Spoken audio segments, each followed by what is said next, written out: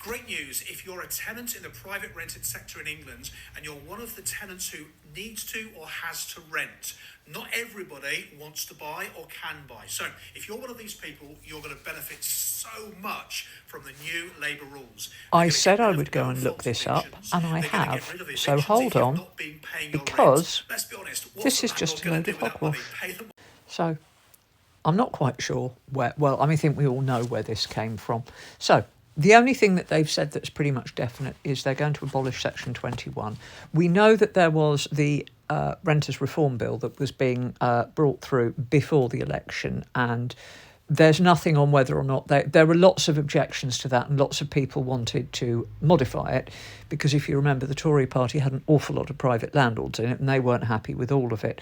Whether or not they will resurrect that bill and have another look at it, it doesn't say.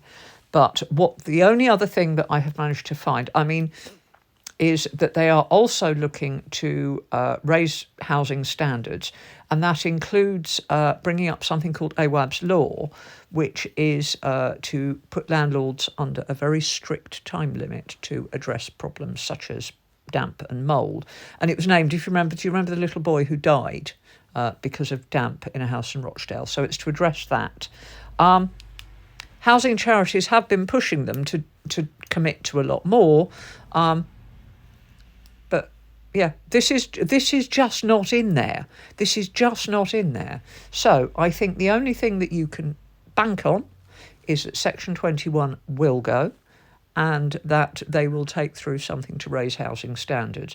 Hopefully they'll bring through the Renters Reform Bill and improve upon it. But as to that, there is nothing to say that yet, because as I have said, Parliament is not yet sitting.